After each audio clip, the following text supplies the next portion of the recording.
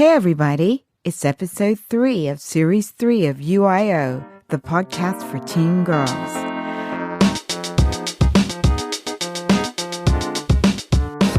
Hugs to everyone, and thank you for joining UIO, the podcast for teen girls.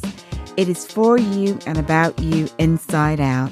I am Sonja Lewis, your host. Today we're talking about girls' rights, the right to grow up without undue pressure, the right to reject sexism and objectification, the right to align with your true values and live your best life, the right to live intentionally now. We'll look at how to use your voice individually and collectively to exercise those rights and meet the challenges of growing up. Here to help us navigate this space is Lindsey Turnbull, founder of Misheard Media, which offers spaces for teen girls to elevate their voices and create community. One such space is Misheard Media's wonderful blog. Misheard also offers girl-focused events and teams up with girls and women around the globe to harness girl power, all in the name of positive change. Thank you so much, Lindsey, for being our guest today on UIO.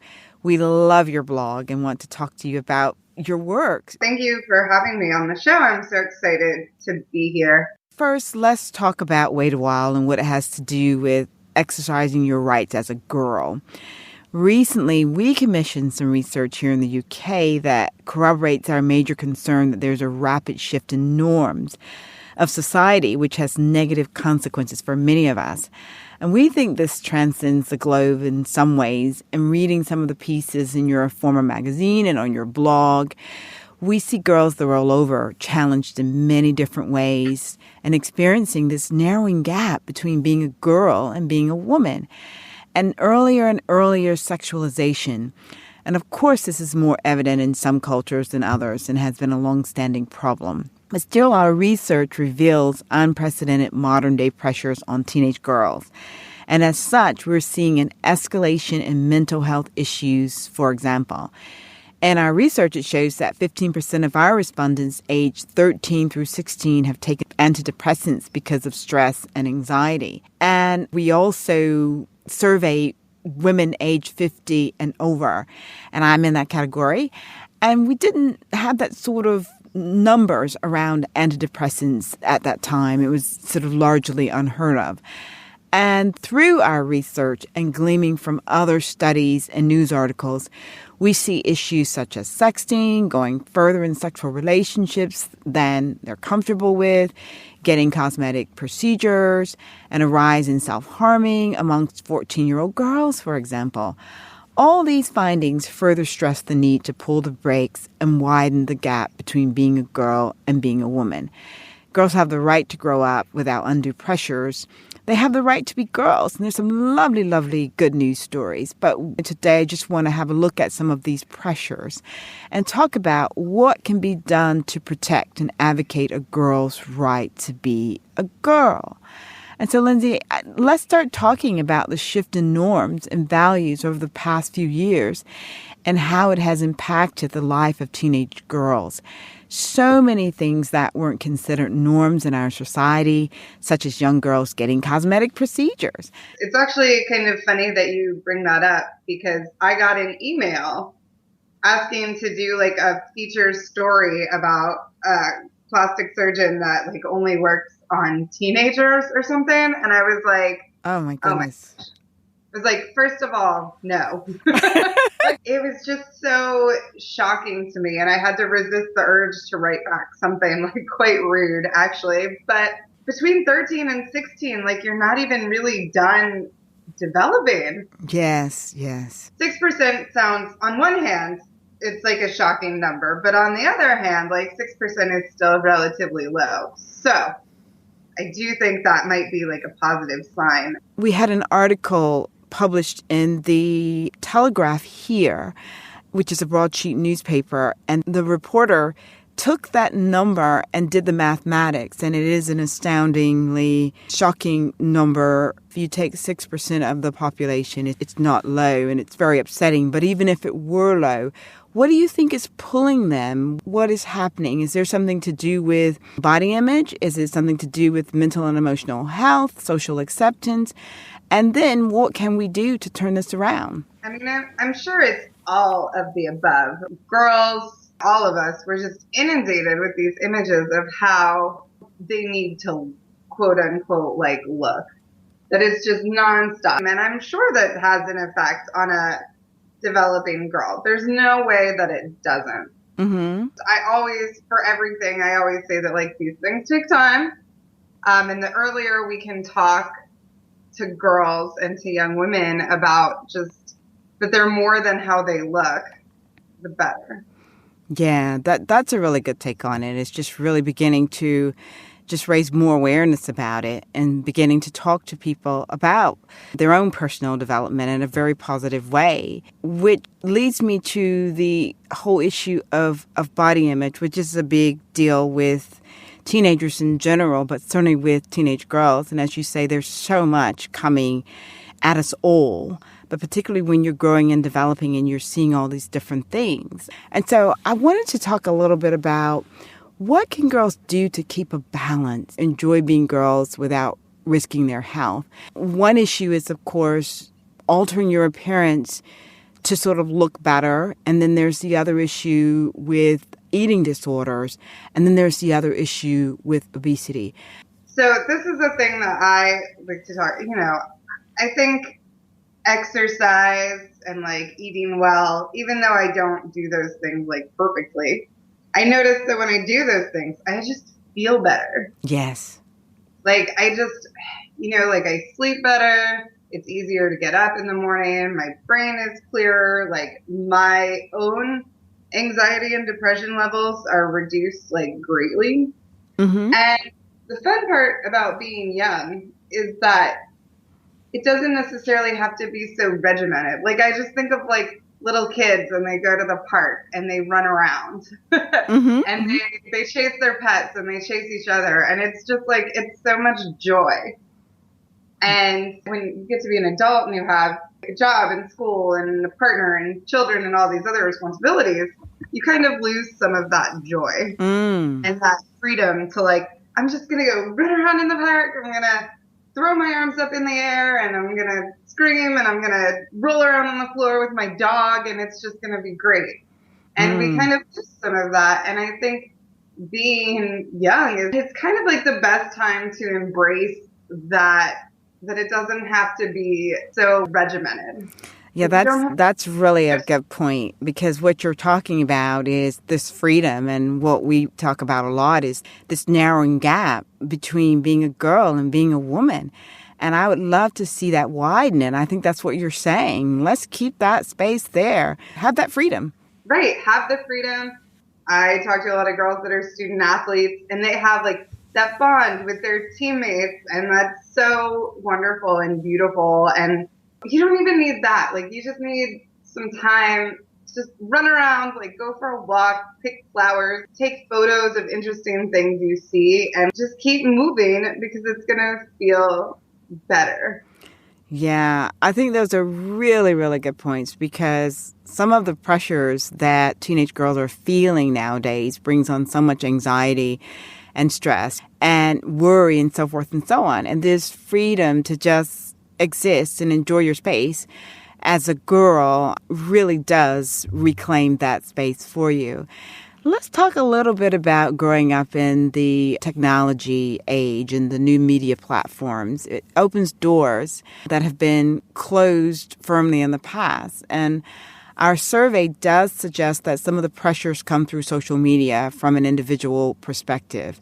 And of course, all of the pressures don't come from social media. They're everywhere, whether it's in the music or magazines or home. We've got much more of a celebrity culture. And so, but teen girls have told us that pressures to be perfect, for example, and happy, correspond with some of the other pressures to feel a certain way, to fit in, to have social acceptance, and can lead to often negative consequences. What do you think can be done individually to harness the goodness of social media? So I love social media. Of course, I'm an adult, and the way social media was available when I was a teenager is very different than the way it's available now. So I'm not going to pretend that I know what that's like to grow up where you're just constantly online and connected. But I do think some of the good parts of social media, things that we can do individually, is to like follow positive accounts. So I love like Positively Present. It's a really sweet account that's like kind of focuses on mental health. So to follow things that make us happy and to not follow things or even like block things that make us unhappy. I just did a video addressing some of the internet drama that I've witnessed lately. And I think sometimes we're like afraid to block people because it feels like they've won. But I think of it as like you have to protect your space. So like just like you don't let anybody into your bedroom, that is your space. Like you have to curate your online space like you would curate your physical space. And thinking about it that way, I think it's a little easier to draw the boundaries around what you will not accept on social media. And the cool thing about it is that you can create your online space even if you live in like rural Nebraska, and you're really into, I don't know, gardening. And there's no one in your area, no teenagers that are into gardening in rural Nebraska. You can find those people online. You can find someone else that likes what you like online. And I think that is so cool. And that when we use social media in that way, it can kind of alleviate our loneliness and help us to feel more connected with other people and with the world. And we can have a community. And like, that is what is really cool about social media. And I think that's why it's so important. And it can be such a valuable tool for young people to use in that way. I think that's really powerful stuff, particularly what you were saying about viewing your online space as your physical space. That's really, I think, a really good point because it does materialize it. It makes it real, something that you can see and feel. And this is a good segue to talk about boundaries and growth. I loved your blog that you did on boundaries and growth, when to say yes and when to say no. And though you talked about subjects such as peer pressure, perhaps to skip classes and so forth and so on, I want to talk about how boundaries are related to growth. Again, so much pressure out there threatening to stunt growth and violate a girl's rights. 1 in 6 girls shared with us in the survey that they had shared sexually explicit material. And also 1 in 6 went further in a sexual relationship than they were comfortable with. And the majority regretted it. And I just want you to talk to us about why it is important to have boundaries and how do boundaries protect your growth and a girl's rights to grow up without all of this undue pressure. And boundaries are super important. You're curating your actual physical space this way. And I like using the curate metaphor because I know young people understand that. So I know they understand that, like, they curate their social media feed, they curate their photo wall in their room. So like, I like this. That's all new for me. So I'm glad you're schooling me. But boundaries are just so important. And I just went to like a youth mental health conference and I just did this like life skills workshop. And there was a lot of talk about boundaries and the developing brain. And when we have boundaries that are too loose, like not only can we ourselves get hurt, but we're also like putting other people off. Because we don't have boundaries. So we assume no one else has boundaries either. And so really learning how to develop, and I think a lot of it takes a lot of self-reflection to really determine, okay, this is what I'm comfortable with. This is what I'm not ready with. And I'm going to stick to that. It is hard. You're getting pressure from all different angles, like your friends, maybe a partner, like on TV. It makes it look like it's no big deal. Everyone's doing it. And that's just not the case. And if you're not ready, you're not ready. So what about your values? Do your values play a role in setting boundaries? Of course. If you value friendship, it's going to be easier to set boundaries regarding your friends. And the same thing about like sexting or having a sexual relationship. And, when you think about the things you value, that does make it easier. But again, this takes a lot of self-reflection, and you have to think about what you want, and like maybe your culture has like really strong values, or your family or your community. And when you think about those things, I think it helps put you in a larger context and help like draw those lines. Like, I'm okay with this, but I'm not okay with this. But it's hard.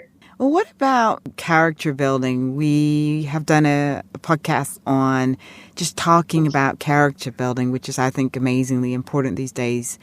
But can you talk to us a little bit about bringing it in and its importance to growth? And can having strong character strengths help you to set your boundaries as well? I think it can. And this is also like one of the things that I talk about is that the more you like yourself, the easier it is to say no to things that don't serve you. Especially when we're younger, and even as like adult women, I know I struggled with this for a long time, is that you want people to like you. And so you want to say yes to things, because if you don't, you're scared that people won't like you anymore. And especially when you're young, that's just so hard to comprehend, that not everyone is like your real friend. And so when you really know who you are and you really like yourself, it's just so much easier to let those things pass by you. And like when your self-worth is strong, it's just so much easier to say, I'm okay with this, but I am not okay with that. And just whatever the outcomes are, to be okay with it. And like, yes, you might be sad or you might be hurt, but like ultimately, that you'll be okay. So I do think that, yeah, like having a strong sense of character, like a strong sense of self-worth, really helps you establish your boundaries and stick to them, and know that when you hold firm, that it's going to be okay. Even if in the moment it's not okay, that it's going to be okay. That's really, really important. And I think that this leads us to talk about just girls in general. I want to talk about the voice of girls, but I want to start with looking at, in many different cultures in the world, girls can be often viewed as the least valued in society. And I want to know, what can we do to change this negative message? Has this somehow influenced this shifting culture that you and I are talking about right now? We still see that, like, here, like, oh, girls are written off. They're just silly and they're frivolous and they're dramatic and they're hard to deal with. And that's very devaluing. And all over the world is that it takes men and women and girls and boys to have this conversation about girls' value. And like, while we know, because of the research, that when you educate a girl, the country's GDP goes up. So like, that's like an abstract concept, and it can be hard to understand like how that works in your real life. But it takes a village to raise a girl, and it takes a whole village to change the way that girls are viewed. And it just is going to take every person being involved and challenging their own preconceived notions, maybe that's been handed down from culture or religion or just through family or whatever, to kind of stop and say like, okay, but is this true? And okay, like, how could our lives be better if we encouraged our girls? Because, I mean, it's true. Like, girls that have an education, they are less likely to die in childbirth. They're less likely to have more children. They're less likely to contract communicable diseases. Like, they're more likely to earn incomes, more likely to, like, raise their children healthy so that they're not sick. Like, they just have so many more options. Yeah, if you live in a society and a culture that doesn't see that as valuable, I think that can be a huge struggle, or even a family that doesn't see that as valuable. And it's just going to take time, which is super frustrating. And it feels like just running into a wall over and over and over. But I do think it will change. It's just going to take time, and it's going to take everybody being a part of this conversation. It's really key. So what do you think that girls can do. I mean, as you said, it's very difficult when you're sort of alone in that kind of situation. But individually and collectively, we're calling on everyone from schools to religious institutions to all of us to stop turning a blind eye to these problems and provide better environments and safe platforms for teenage girls. And like you, we will continue educating and saying, come on, everybody needs to be a part of this conversation. But girls themselves, what can they do to address some of the concerns, such as this earlier and earlier sexualization? So again, I think any girls should find things that they like to do, and they should do them, whether it's sports or reading or writing or music or just like taking a walk through the neighborhood. Girls should find things that they like to do, and they should do them. And schools, religious institutions, families should support that in girls. It's going to give them a healthier sense of self-worth, healthier self-esteem. They're going to feel proud about who they are and the things that they do. And I think this is where social media can be like a big positive, because if a girl is isolated in that space, she can go online and find other people that are in similar positions or that have been through similar positions and just kind of find her own community. Like, sometimes your community is not going to support you, and it sucks, and that is the reality. And you have to find ways to create your own support system. And that's kind of the beauty of social media, is that now you can. You don't have to even leave your house. You don't even have to leave your room. And you can find other people that support you and that also think that what you do is valuable. And it does take more work on the girl's part, which isn't fair. I agree. It's not fair. Sometimes that's just the kind of unfortunate reality. It's where we are, and we have to go for it. I mean, this is all very good stuff and very important, and girls are wonderful and amazing, and there's a lot of challenges and a lot of pressures that our teenage girls are facing. But let's talk about some of the challenges that are sort of insular within being a girl. There's lots of talk in every generation about mean girls, for example, and you refer to it as girl hate. And I want to talk about how this feeds into the negative messages about girls and what can girls do? What can we do to address the problem? Right. So I wrote about my personal journey in girl hate and just growing up. I don't know if it was the community or like society or what, but I was convinced that other women, other girls in my space, that we were competing. I don't know for what, but we were competing. And there could not be two of us. Like, one of us would be prettier or better liked or whatever. And, like, I think I carried that attitude, like, well into college. And I just kind of realized one day, I was like, oh, there's room for all of us. Like, this is silly. Stop it. And I actually reached out to, like, girls that I had been awful to, or we had been awful to each other, really. And one of them is like one of my closest friends now, which is kind of funny. They weren't all like nice. They were not all good people. They were not all meant to be my friends, but some of them were. And I was just so angry that I missed out on all of these opportunities to be friends with other like amazing people. And when I just embraced that there was enough room for all of us, that like, someone else being liked didn't take away from my relationships with other people. And I had so many more amazing friends in my life that were women, and it was great. There is like a societal thing, like where girls are just constantly pitted against each other, and it sucks. Like, we don't need to be pitted against each other. Like, we need to accept that there's room for all of us. And I think that's really key, acknowledging it, because a lot of times we just don't acknowledge it as a concern or a problem. Oh, it's just the way it is. Girls can be mean, da-da-da-da.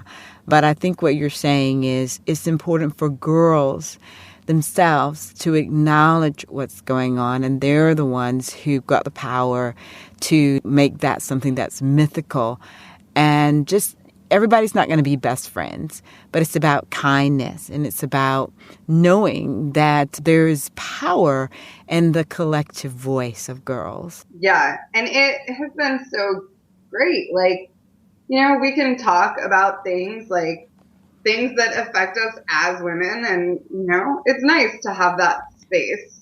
Yeah, well, it's really good that you're sharing that now, because the teenage girls who are listening, they don't have to wait until they go to college to recognize this. They've got it now because you've shared it. I want to ask you about Misheard Media before we get out of here.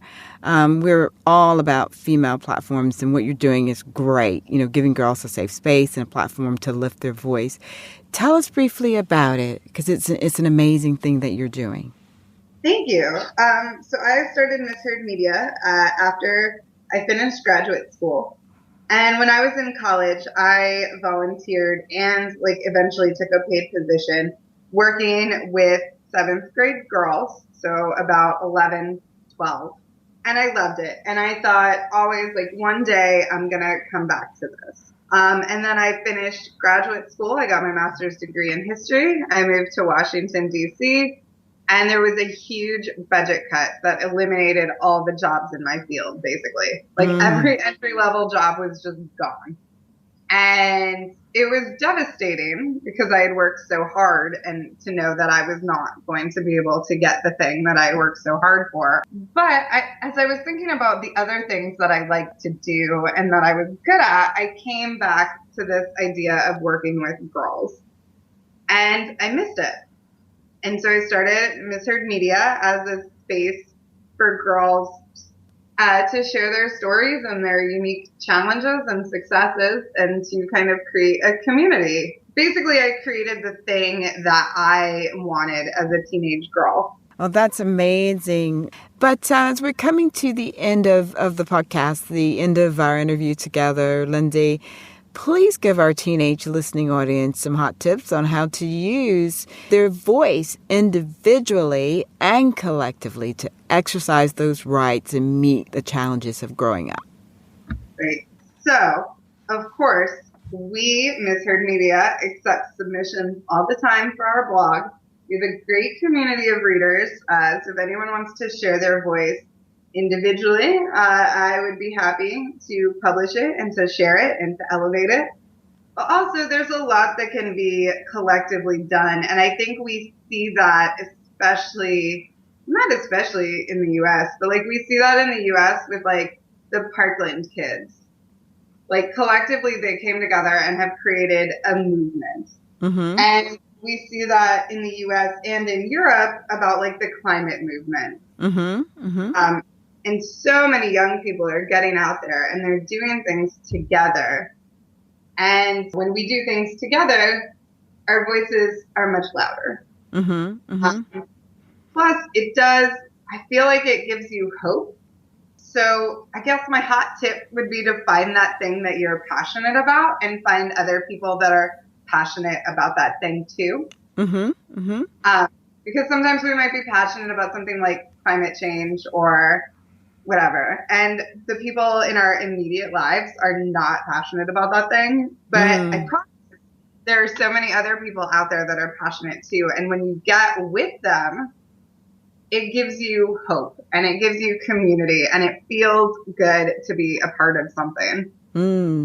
That's really powerful. And Lindsey, thank you so much for being with us today on UIO and talking to us about the voice of girls, but girls' rights and helping them to meet the challenges of growing up. We really, really had a really great conversation with you, and thank you so much for being our guest. Yeah, it was great. I really appreciate it. Thank you for creating this space and giving me the time to be able to have this conversation. Thank you so much.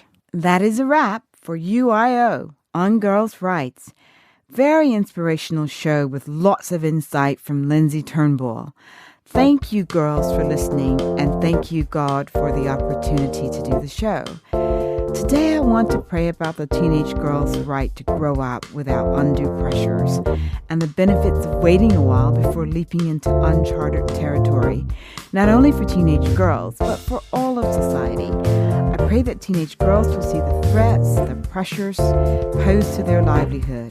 Also, I pray for support, intervention, and prevention when possible in society, including homes, schools, government, religious entities, and so on.